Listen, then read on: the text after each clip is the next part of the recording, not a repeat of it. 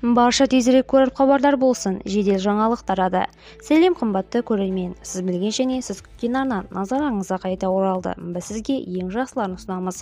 Ендеше біздің жұмысымыз жауыз қалдырмау үшін видеосына өз лайктарыңызды баса кетіңіздер. Лайк басқан қолдарыңыз қабатуланың қабырғаларына тисін. Жастарға жалға берілетін тұрғын үй бағдарламасына құжат қабылдау басталды. Құжаттарды қабылдау 6 қарашада сағат 9:00-ден 12 қараша сағат 23:59-ға дейін жалғасады. Астана қаласының тұрғын үй орталығы жұмыс істейтін жастарға сатып алу құнсыз жалға берілетін тұрғын үй бағдарламасы бойынша құжаттар қабылдауын мәлім етті деп хабарлады елорда әкімдігі. Барлығы 770 пәтер бөлу жоспарланып отыр. Баспана ұзарту құнсыз 3 жылға беріледі. Ай сайынғы жалдау ақысы 5.000-15.000 теңге. Видеоролигіміз кеңінен тарап, қажетті жерлерге жету үшін видеомызды жақындарыңызға таратуды және де лайк басуды ұмытпаңыз, қымбатты көрермен.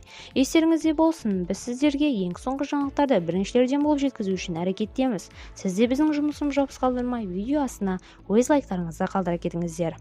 Баршаңыздан Алла разы болсын.